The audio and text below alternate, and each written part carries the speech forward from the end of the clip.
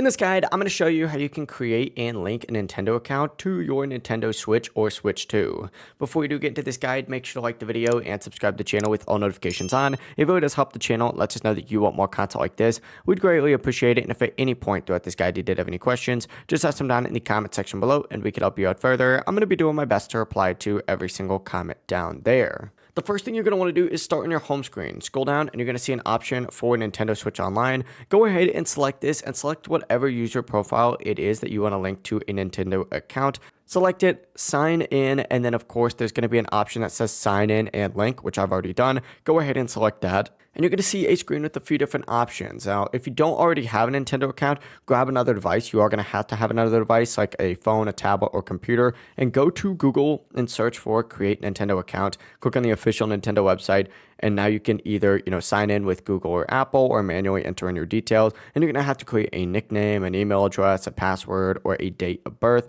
Go ahead and do that. Make sure you agree to the terms and privacy policy as well, and then hit continue. And Nintendo will send you a verification code to your email. Open up that email, copy the code, enter the website, and complete the account creation. Essentially just create an account. And once you do that, your Nintendo account is ready. And then go back to your Switch and you're going to see a manual sign-in option or a QR code sign-in.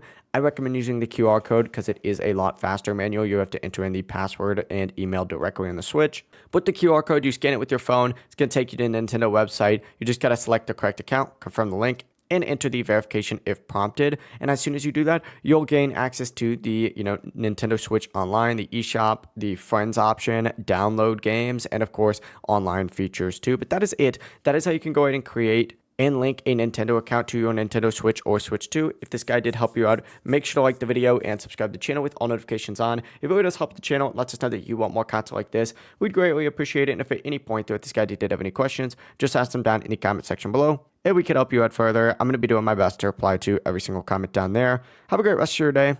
Peace.